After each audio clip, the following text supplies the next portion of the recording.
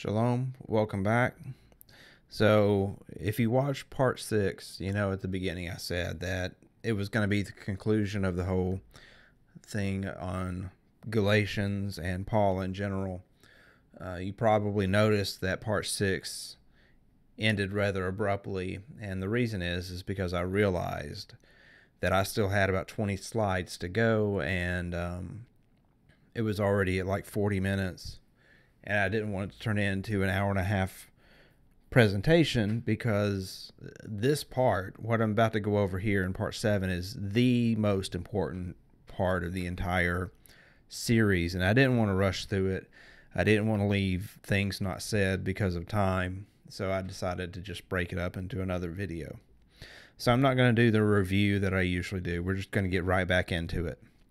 Okay, so we left off at the end of the book of Acts, and I mentioned that in verse 30, the second to last verse in the book of Acts, where it says, Paul stayed 2 entire years in his own rented house. I think it's unusual that it says 2 entire years. So the author of the book of Acts is wanting to make clear that it was not that he stayed there approximately 2 years, or that maybe he only stayed there for, a year and 9 months or whatever. He wanted to emphasize that it was 2 entire years that Paul was in Rome after he arrived there. And the question is why? I think this was the entire purpose for writing the book of Acts, that it was to remove Paul from the scene of the crime. So what crime is it? I think the book of Acts is Paul's alibi for something that happened in 62 AD. And I mentioned in the last video that 62 AD was when probably the single most important event occurred in the early, if you wanted to call it the early church. I don't think it's quite appropriate. We could say the early Jerusalem assembly. The single most important event outside of the death and resurrection of Yeshua. And that would have been the death of James the Just. So, in order to complete our story and to know what happened, we're going to have to back up a couple of years. And we're going to go back to Jerusalem. And we're going to look at what Josephus says in his Antiquities. Book 20, the last of the books in the Antiquities of the Jews. And we're at chapter 8. About this time, King Agrippa, this is Agrippa the Second, gave the high priesthood to Ishmael, who was the son of Phabi. And now arose a sedition between the high priest and the principal men of the multitude of Jerusalem. Okay, so we got 2 sides here. The high priests, we've talked about them before. The high priests were appointed by the Herods, and the Herods were, of course, appointed by Rome. So when we talk about the Romans or the high priesthood or the Herodians, we're talking about the same group. This is a team. They are the establishment. So even though you could, like I live in the United States, and so we have 2 political parties. We have the Democrats and the Republicans. And so the Democrats and the Republicans are the establishment. They're 2 wings of the same bird, the same evil bird of prey. And of course, there's other groups out there. Like there's the libertarians. The libertarians are not the establishment. They're kind of anti-establishment. So that's what you're looking at here. You've got the establishment, the high priest, versus the principal men of the multitude. These are the men of the people. These are the Jameses and the Kephas, the men of the multitude, the myriads of those that are zealous for the Torah. That's who we're looking at here. And of course, within the principal men of the multitude, there are priests. The priests are mentioned in the book of Acts, right before Stephen is stoned, where Stephen, who was really James, was in the temple along with Kepha and the other apostles, debating the priests. And it says that the priests began to go over to the side of the Nazarenes. What this is talking about is this is talking about the lower priesthood. We have the 24 courses of priests. And so these 24 courses, every 2 weeks, a new course would take over in the temple. And these were not professional priests necessarily. They were priests that lived out in the towns, and they would take shifts, 2-week shifts in the temple. So they were not. So don't confuse the priests themselves with the high priestly establishment. There were 2 groups serving in the temple. And the lower priests, in a lot of ways, despised the high priesthood because it was no longer a biblical high priesthood. The sons of Aaron were now demoted into the regular priesthood or ran out of the temple altogether. And so the high priests that were appointed by the Herods, a lot of times they were not even Hebrews. They were not even, Jews or Levites or whatever. They were pagans that just bought their way into the priesthood. They were agents of Rome. They were Greeks.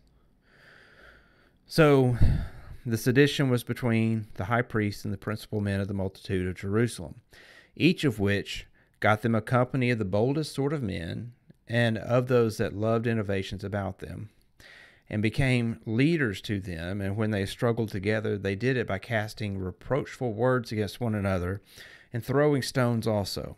And there was nobody to reprove them, but these disorders were done after a licentious manner in the city, as if it had no government over it. And such was the impudence and boldness that had seized the high priests, for they had the hardness to send their servants into the threshing floors to take away those tithes that were due to the priest, insomuch that it fell out that the poorest sort of the priests died for want. So the poor priests, the ebionim of the priests. Again, there's this association with James and the poor priests that is mentioned in Eusebius and Epiphanius in their writings. They talk about, especially Eusebius in the ecclesiastical history, he associates James with the poor priests. And he says that James was a high priest in the ancient priesthood. So what this meant was that James was running a type of opposition priesthood that sought to reestablish the proper priesthood in the temple. And we know from the writings of the early Nazarenes that this priesthood, if James had been successful, would have taken over the temple. It would have removed the animal sacrifices from the temple, and the temple would have become a house of prayer and praise, and no longer the slaughterhouse that it was in the first century. So the high priesthood was then going and stealing the tithes of the poor priests, of the priests that were out in the fields and out in the cities, the towns around Judea. And it was to the point that they were starving to death. Now, this same scenario is kind of unusual, that Josephus is going to repeat the same series of events, I think 3 different times, where he says that there were groups that were working for the high priests that would go out and steal the tithes of the poor priests, to the point that the poor priests were almost starving to death. And at the end, we're going to see who it was that was the ringleader of these thugs that would go out and steal from the priests. So we'll get there in a moment. The next paragraph says, upon Festus's coming to Judea, it happened that Judea was afflicted by the robbers, while all the villages were set on fire and plundered by them. So Festus, he came in 60 Common Era. This is the one where, Paul was put into Agrippa's palace by Felix, and then Felix was replaced by Festus. And this was in 60 Common Era. And it was that the Sicarii, as they were called, who were robbers, grew numerous. They made use of small swords, not much different in length than the Persian Akisane, I guess that's how you say it, but somewhat crooked, and like the Roman sicae, or sickles, as they were called. So this asinane, or whatever this Persian weapon is, it's the sword that you see on the Islamic flags, the kind of curved blade. And so the Sicarii were carrying these blades. Now, where have we heard Sicarii? Well, the word Iscariot is just a corruption of the word Sicarii. So again, you see this association with the followers of Yeshua and the zealots. You know, sons of thunder, Iscariot, Simon the Zealot, all these guys. I mean, it's all this party of the zealots. And so another historian from this period of time, he mentions that the Essenes had a group that split off from them that were the Sicarii. And so the Sicarii were these zealot Essenes that if they heard a Greek person speaking about the Torah, who they suspected of not being circumcised, they would catch him in an alley or when he was by himself, and they would, at the point of the sword, tell him he's either going to be circumcised or he is going to lose his life. And so when you hear Paul talking about the party of the circumcision, he very well could be talking about the Sicarii. You know, they were forcibly circumcising people, and they were very zealous.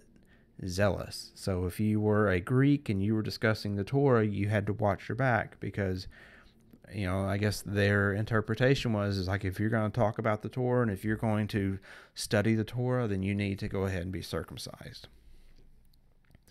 So I know it's unusual. You don't really think of groups like this associated with the early Nazarenes, or, you know, what we've always called the early Christians, but that's essentially who it was that made up these groups. I mean, they were revolutionaries. They were ready to overthrow the Romans and return the kingdom to the Jews. You know, they were going to reclaim their status as independent. So that's where the word Sicarii comes from. They were named after the blade. And keep in mind, we don't really know if the Sicarii called themselves the Sicarii. That may have been a title that was given to them by the Romans, and maybe they didn't call themselves Sicarii. It doesn't appear that the Essenes even called themselves the Essenes. They called themselves the Way, or the Doers, which may be where the word Essene comes from, because Osene is doer or do, so the Essenes would be like saying the doers, for the doers of Torah. Okay, and so Josephus continues on. He says, and from these weapons, these robbers got their denomination. That's where they got their name, the Sicae, or the Sicarii. And with these weapons, they slew a great many, for they mingled themselves among the multitude at their festivals, when they came up in crowds from all parts of the city to worship Elohim, as we said before, and easily slew those that they had a mind to slay. So, you know, that was the methods that they employed. About the same time, King Agrippa built himself a very large dining room in the royal palace at Jerusalem, next to the portico. Now, this palace had been erected of old by the children of Asamoneus, and was situated upon an elevation, and afforded a most delightful prospect to those that had a mind to take a view of the city, which prospect was desired by the king, and there he could lie down and eat, and thence observe what was done in the temple, which thing, when the chief men of Jerusalem saw, they were very much displeased at it, for it was not agreeable to the institutions of our country or law that what was done in the temple should be viewed by others, especially what belonged to the sacrifices. So basically what happened is that Agrippa built this big porch on the side of his palace, and he liked it because it gave him a good view of the temple. And so he would have dinner parties, and him and the other, Roman officials or whoever could hang out up there and have dinner and watch the sacrifices going on in the temple. And notice it says that the chief men of Jerusalem were displeased at this. So again, the chief men of Jerusalem, remember I said earlier that I believe that was actually speaking about James and his opposition priesthood.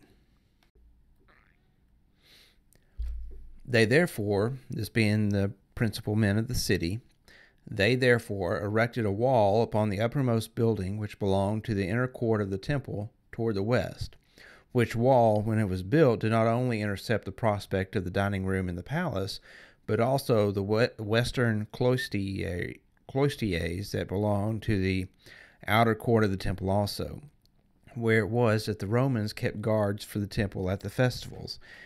At these doings, both Agrippa and Festus, the procurator, were much displeased, and Festus ordered them to pull the wall down again, but the Jews petitioned him to give them leave to send an embassage about this matter to Nero, for they said that they could not endure to live if any part of the temple should be demolished. And when Festus had given them leave so to do, they sent 10 of their principal men to Nero, and also Ishmael the high priest and Helicius the keeper of the treasury. Okay, so basically, in order to put an end to Nero's dinner parties, the principal men of the city, whom you will also see, they're also being referred to as priests, they erected a wall to block the view of the temple.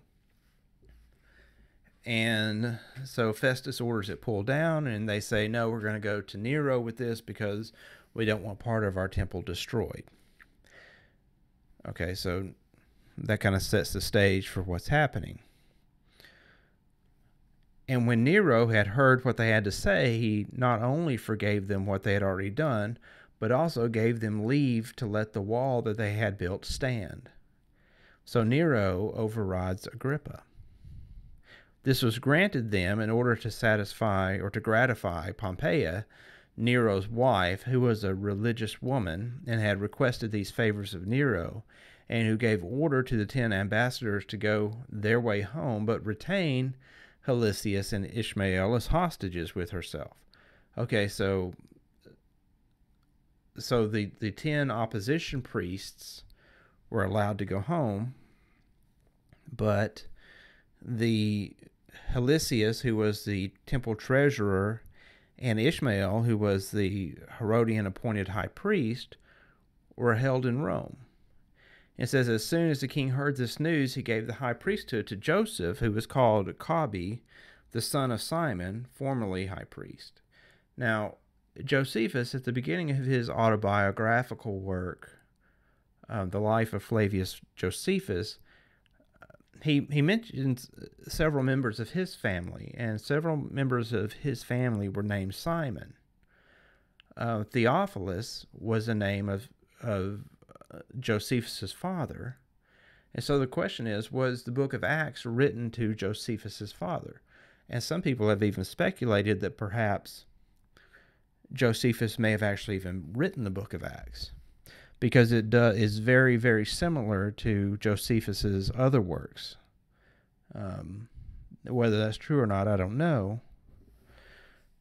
But also at the beginning of that autobiographical work, Josephus mentions himself going to Rome at about the same time. Now, Josephus' trip to Rome was in around 58 Common Era, but he said that Felix had imprisoned some of the lower priesthood and sent them to Rome to be imprisoned, and then Josephus had went to Rome to help these guys get free. And so he ended up appealing to Pompeia, Nero's wife, and apparently Josephus and Pompeia got along marvelously, because Pompeia ends up sending Josephus back with a lot of treasures and presents, and appeals to Nero on his behalf, and has this these priests let go. Now, what else is interesting is that Nero mentions that these priests were vegetarians and that all they would eat was fruit and nuts and plant food, which sounds a lot like the Ebionite priests. And Josephus himself mentions that he, at one time, for a couple of years, was a part of the Essenes, but he apparently couldn't make it into the full order, so he ends up leaving the Essenes and going over to the Pharisees. So what I'm saying here is that Josephus seemed to have a soft spot for the Essenes. And it's very possible that Josephus, his trip to Rome, he may have actually been involved in this one here, where these 10 priests go back, these 10 ambassadors, that Josephus may have actually been involved in this personally. And, I mean, to be honest with you, it may even be possible that this Joseph, who was appointed high priest, the son of Simon, could have been Josephus himself. So, moving on, it says, "And now Caesar, upon hearing the death of Festus, sent Albinus to Judea as procurator. But the king deprived Joseph of the high priesthood and bestowed the succession to that dignity on the son of Ananus, who was also himself named Ananus." So this is Ananus ben Ananus. "But this younger Ananus, who we have told you already took the high priesthood, was a bold man in his temper and very insolent. He was also of the sect of the Sadducees, who are very rigid in judging offenders, above all the rest of the Jews, as we have already observed. When therefore Ananus was of this disposition, he thought that he had now a proper opportunity." Okay, so the question is, what is the proper opportunity? Well, what caused all this trouble? The thing causing the trouble was these principal men of Jerusalem, and it was this opposition priests. And so now Ananus ben Ananus was in a situation where he was high priest, so he had the approval of Agrippa, and something happened to Festus. We're not told here what happened. Maybe it's somewhere else in Josephus's writings, but something happened to Festus, and now Festus was dead, and his replacement was not there yet. So essentially, Ananus ben Ananus was he was in charge of Jerusalem. You know, depending on what Agrippa was doing, for the most part, Ananus had full reign to do whatever he needed to do. So it said, again, just moving on, next paragraph, "Festus now dead, and Albinus was but upon the road." So Albinus hadn't made it there yet. "So he," meaning Ananus, "assembled the Sanhedrin of judges and brought before them the brother of Yeshua, who is called Messiah, whose name was James, and some others." So now James and the other members of the Jerusalem assembly are being brought before the Sanhedrin. "And when he had formed an accusation against them as breakers of the law, he delivered them to be stoned. But as for those who seemed the most equitable of the citizens, and such as were the most uneasy about the breach of the laws, they disliked what was done. They also sent to the king Agrippa, desiring him to send to Ananus that he should act so no more, but that what he had already done was not to be justified. Nay, some of them went also to meet Albinus as he was upon his journey from Alexandria, and informed him that it was not lawful to Ananus to assemble a Sanhedrin without his consent." So this sounds just very similar to what happened with Yeshua. Yeah, I mentioned in the last video that you can tell a lot about a person by who his enemies are. And so who killed James and Yeshua? Well, the same people. It's the religious establishment. They were both drugged before the Sanhedrin in a mock trial, an illegal trial. They were both unjustly convicted and executed. But what about Paul? What happened with Paul? Well, Paul was protected by the Herodians. And I know the book of Acts says that the Sanhedrin was trying to get Paul, but it doesn't make sense. It doesn't make sense that the Herodian priesthood was trying to convict a Herodian, a member of the royal family. But see, they were very successful with James.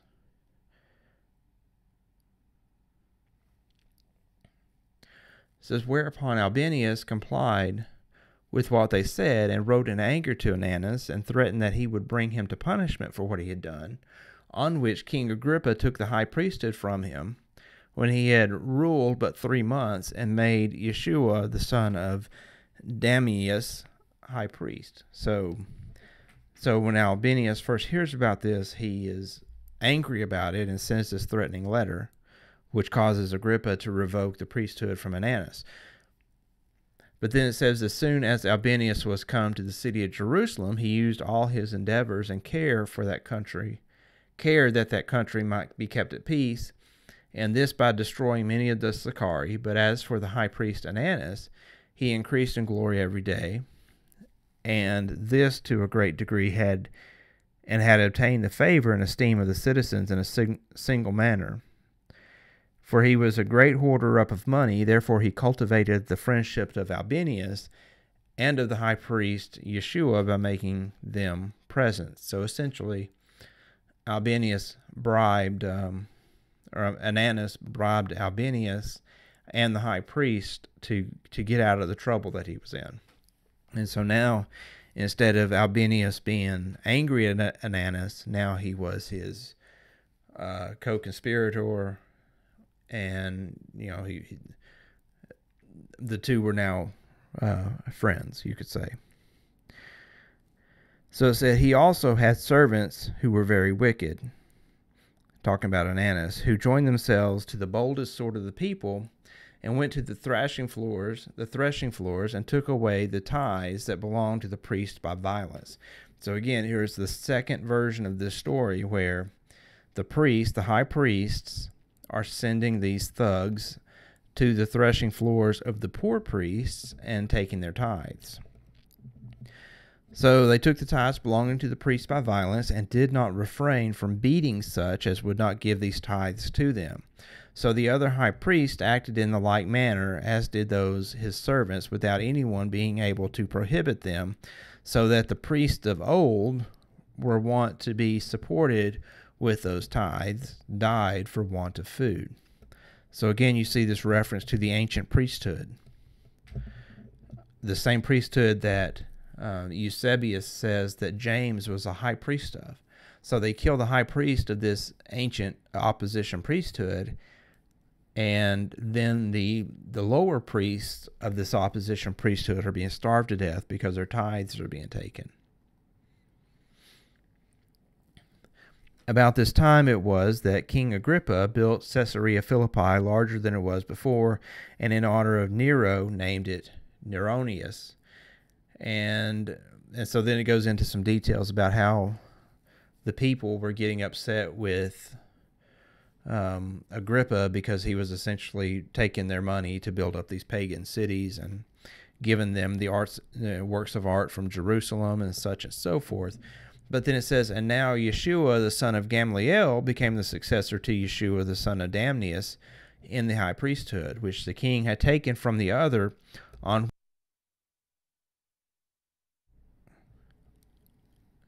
which account a sedition arose between the high priests with regard to one another, for they got together bodies of the boldest sort of the people, and frequently came from reproaches to throwing of stones at each other. Okay, so you've seen the sedition coming back, so now you got this fight going on between the high priests. And, again, it's like Josephus said a few paragraphs earlier, they're throwing stones at each other. So there's all kind of discontention in Jerusalem. Now, Yeshua, the son of Gamaliel, who would he have been? Well, he would have probably been a member of this opposition priesthood, because we know from the book of Acts and from the Nazarene Acts that Gamaliel seemed to be a closet believer in Yeshua. And so now the son of Gamaliel has taken the high priesthood from this Yeshua, the son of Damnius, who was an establishment high priest.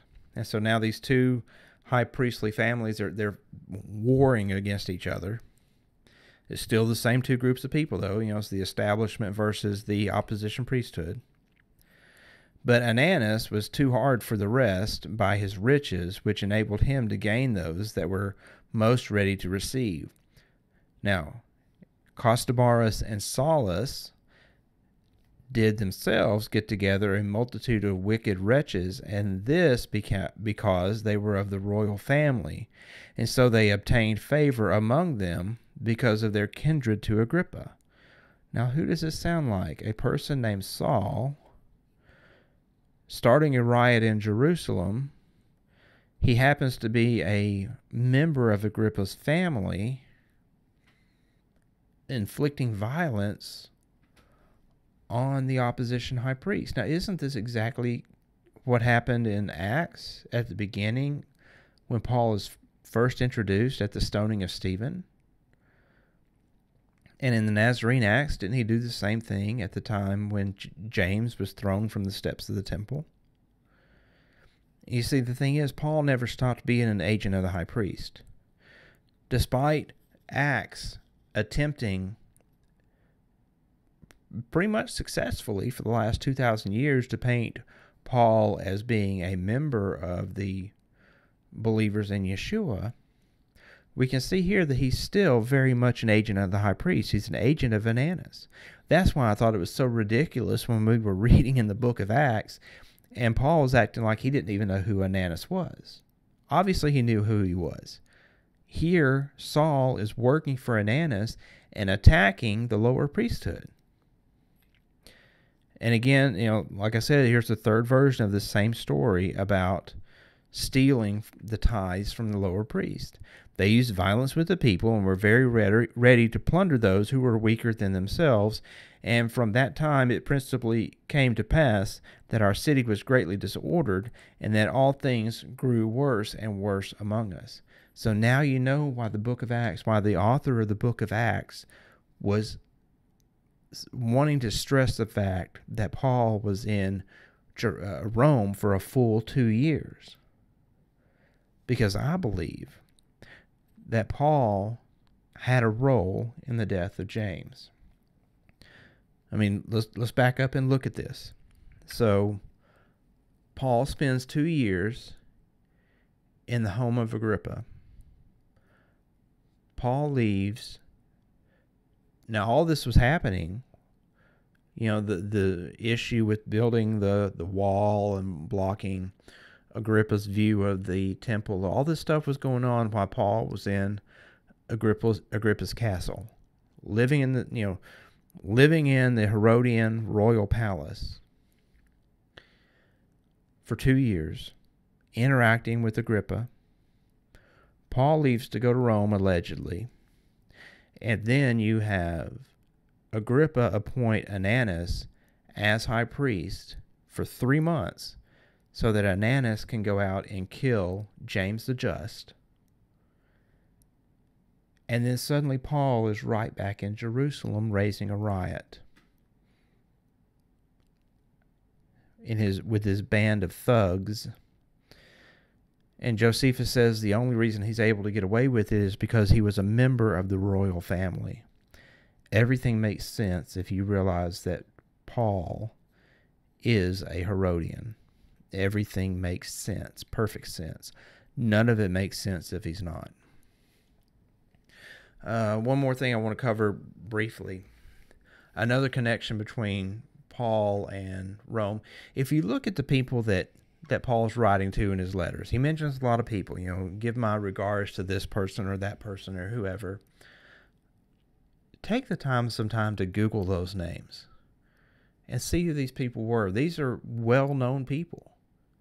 Paul was dropping the names of high-ranking Roman officials, especially in his book of the Romans. But these people that he mentions are people that we know from history. They're not nobodies. Namely, there's this person, Epaphroditus. Now, Josephus was able to save his life because he was essentially a turncoat on his own people. And he went over to the Romans. And Josephus is very open about it. Josephus is fighting against the Romans, and he is in a city that becomes overrun, and the Romans come in and conquer the city. Well, Josephus and two of his friends, they end up hiding down in a cave. And so they're hiding down in this cave, and they're waiting for the Romans to leave so they can come out. And they eventually figure out the Romans are not leaving.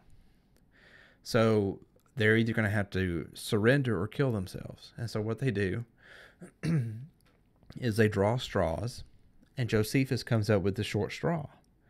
So what he does is he's supposed to kill the other two, and then he's going to kill himself.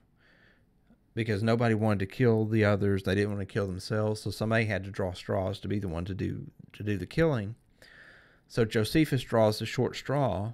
He kills his two friends, but instead of killing himself, he says that he has this epiphany and suddenly realizes that Elohim does not want him to kill himself. So he goes up and he turns himself into the Romans. And to make matters worse, he tells Vespasian, the messianic prophecy about a scepter shall rise from Judah and shall go out and rule the world. He says that he realizes who this scepter is, and that is Vespasian. So he proclaims Vespasian to be the Messiah. And long story short, Josephus gets into good graces with Vespasian. He eventually gets adopted into his family. That's why Josephus has the Flavian title in his name now. And so Josephus, he's a traitor. I mean, he's a straight up traitor. And he becomes an interrogator of the Jews that are captured because, he speaks Hebrew.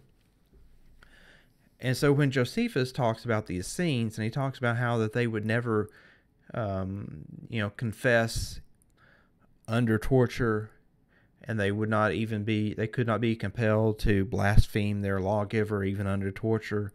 Well, Josephus probably knew that because he was there when they were being tortured. He was the one who was acting as inquisitor of the people. So that's the person that's writing this. That's who Josephus is. Now, Josephus dedicates all of his works after the War of the Jews. I don't think he dedicates the Wars of the Jews to Epaphroditus.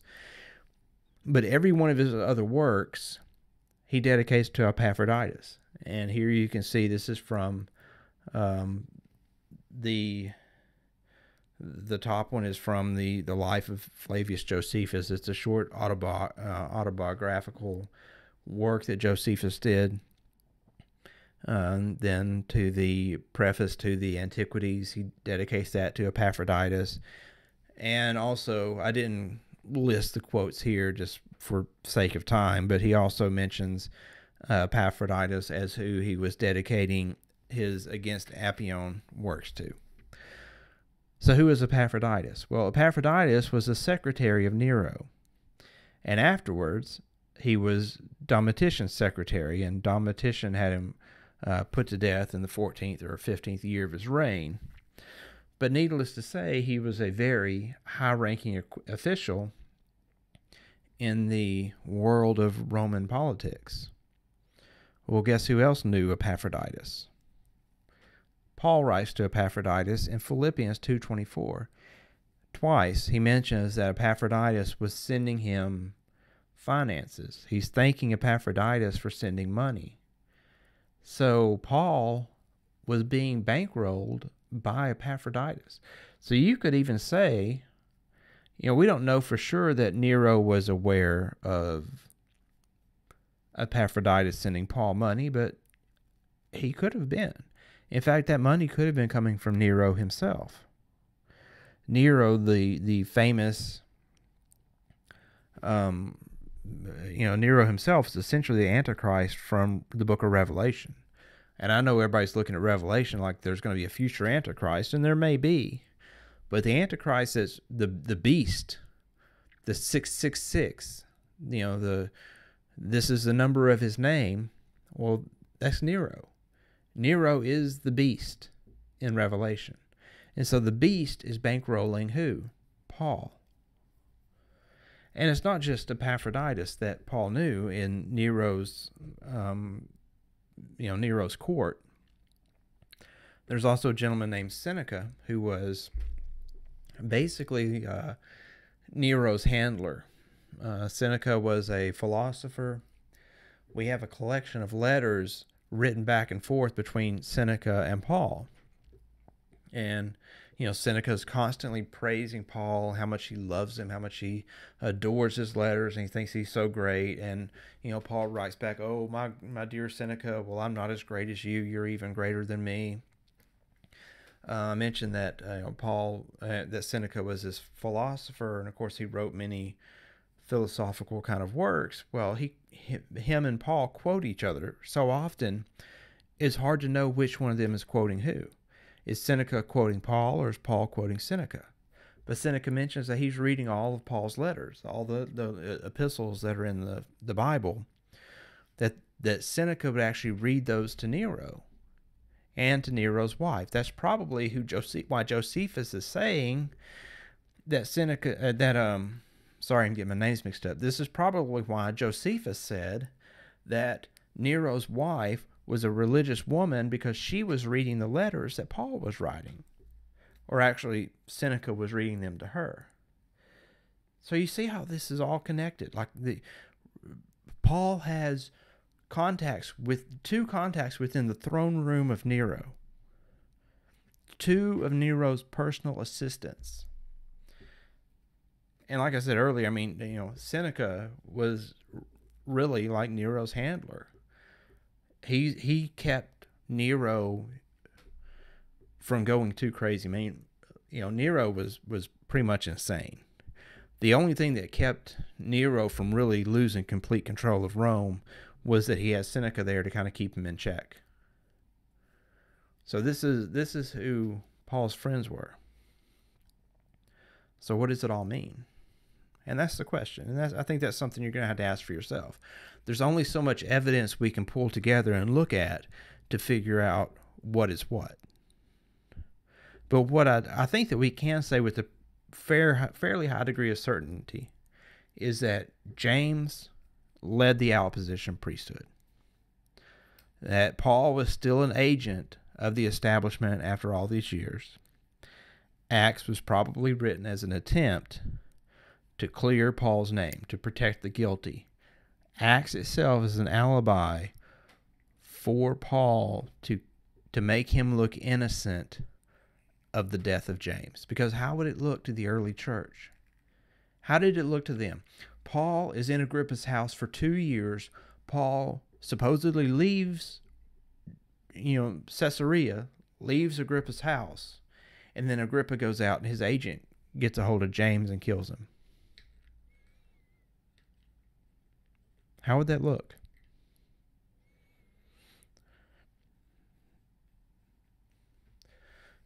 I'll let you decide that. I've already made my decision. If you've watched any of my other videos, you know that I don't trust anything that Paul wrote. I think that it's valuable, but only in the sense of a historical reference. There's history in Paul's letters, just like there's history in Josephus. I think Josephus was probably a vile human being. I think Paul is a vile human being.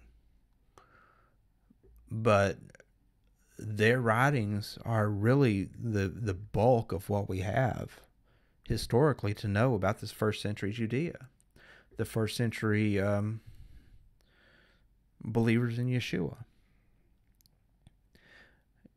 I'm not really sure if we would even know or be able to prove that James was the head of this assembly after Yeshua if we didn't have the writings of Paul in the book of Acts. Yeah, I know in Clementine recognitions it also lists James as the Mavacher, but still. But could you really use Paul's writings as religious material?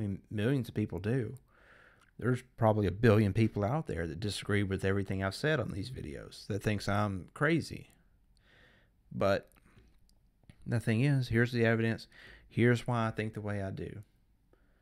So, like I said, I've mentioned it in my other videos, but I've never really sat down and done an entire series to explain why I believe what I do about Paul. Well, now I have. Now you understand why I believe what I do. So thank you for listening. Shalom.